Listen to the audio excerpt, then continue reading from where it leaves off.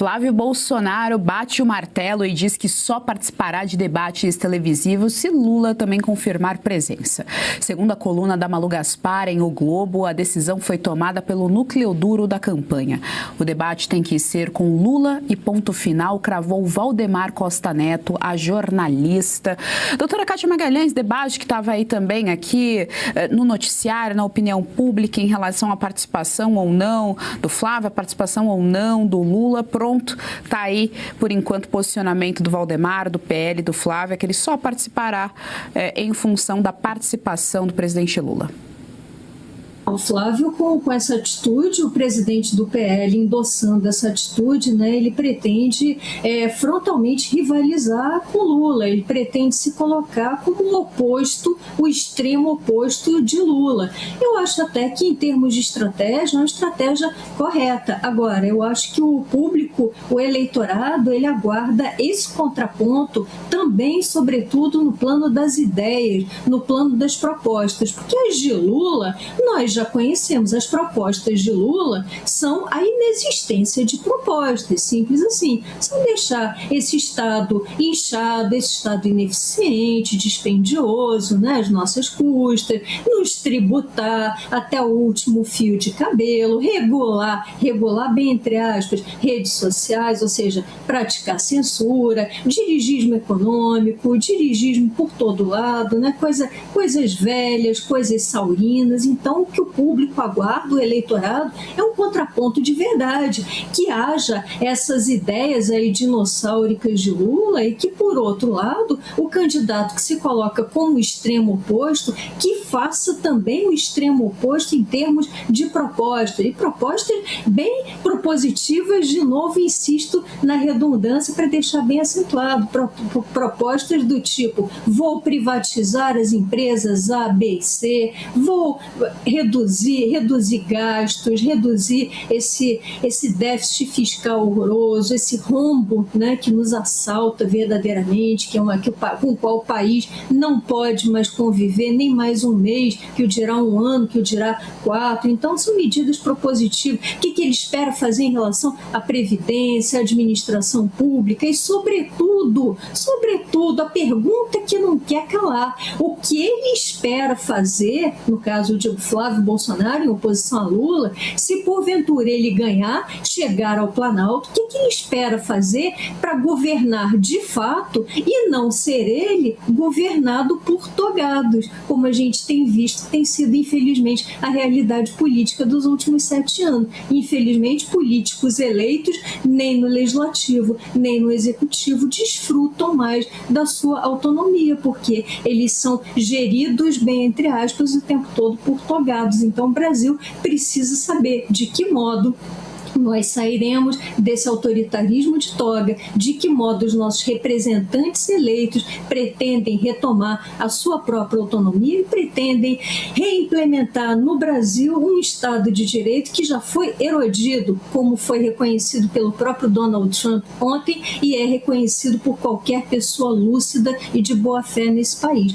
O Brasil precisa de propostas, menos discurso, menos retórica, menos narrativa e propostas concretas. Berenice Leite, quero te ouvir a respeito. Tá, então, a decisão da equipe do Flávio Bolsonaro, com o aval do presidente do partido, presidente nacional do PL, Valdemar Costa Neto. Flávio só participará dos debates se Lula também participar. Acho que foi uma decisão correta, né? Condicionar aí a participação dele à participação também do presidente Lula. Até porque, Geise, estava mais do que na cara que se o presidente Lula não participa do debate, o alvo se torna Flávio Bolsonaro. Até porque também, mesmo com a participação de Lula, é importante se dizer que o posicionamento desses 3 principais candidatos que se apresentam como terceira via, né, o Ronaldo Caiado, Romeu Zema e Renan Santos, eles gastam boa parte aí de sua energia, né, de também suas críticas com o candidato que tem mais chances, digamos assim, de ir para o segundo turno, né, o principal candidato aí que se apresenta da direita, que é o senador Flávio Bolsonaro. Então, estava mais do que na cara que isso ia acontecer. Ao passo que o presidente Lula participa do debate, ele acaba também ali trazendo o Flávio Bolsonaro para esse ambiente que os eleitores tanto esperam, né? Um ambiente onde os eleitores querem conhecer as propostas desses candidatos.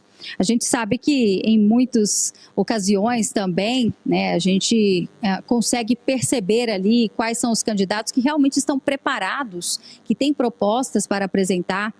E no caso do presidente Lula, como é o presidente em exercício, é diferente a participação dele agora para 2022, quando ele estava ali tentando retornar ao poder e, no caso, o ex-presidente Jair Bolsonaro é que tinha 4 anos de mandato.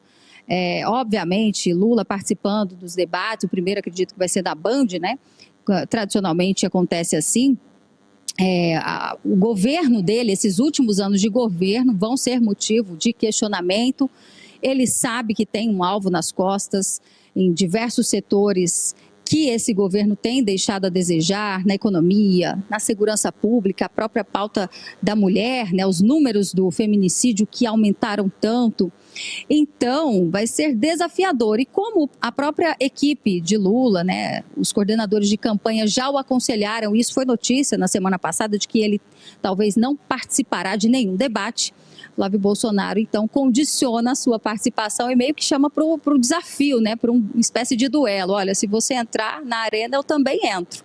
E olha, acho que quem ganha são os eleitores, somos nós, jornalistas também, que vamos poder ali ter a chance de realmente saber quem está com boas propostas, quem está com boa vontade para governar o país nos próximos anos. Lembrando, Geise, que se nós tivermos, de fato, uma alternância do poder, o próximo presidente tem uma missão aí, né, que seria reajustar as contas do nosso país, que estão bastante defasadas, tem muita coisa aí que precisa ser reajustada, são pelo menos 3 anos de déficit atrás de déficit, ou seja, a dívida nossa externa cada vez mais aumentando, e aí vai ser a oportunidade para a gente poder conhecer quem realmente está preparado para assumir o comando dessa nave que se chama Brasil a partir do ano que vem.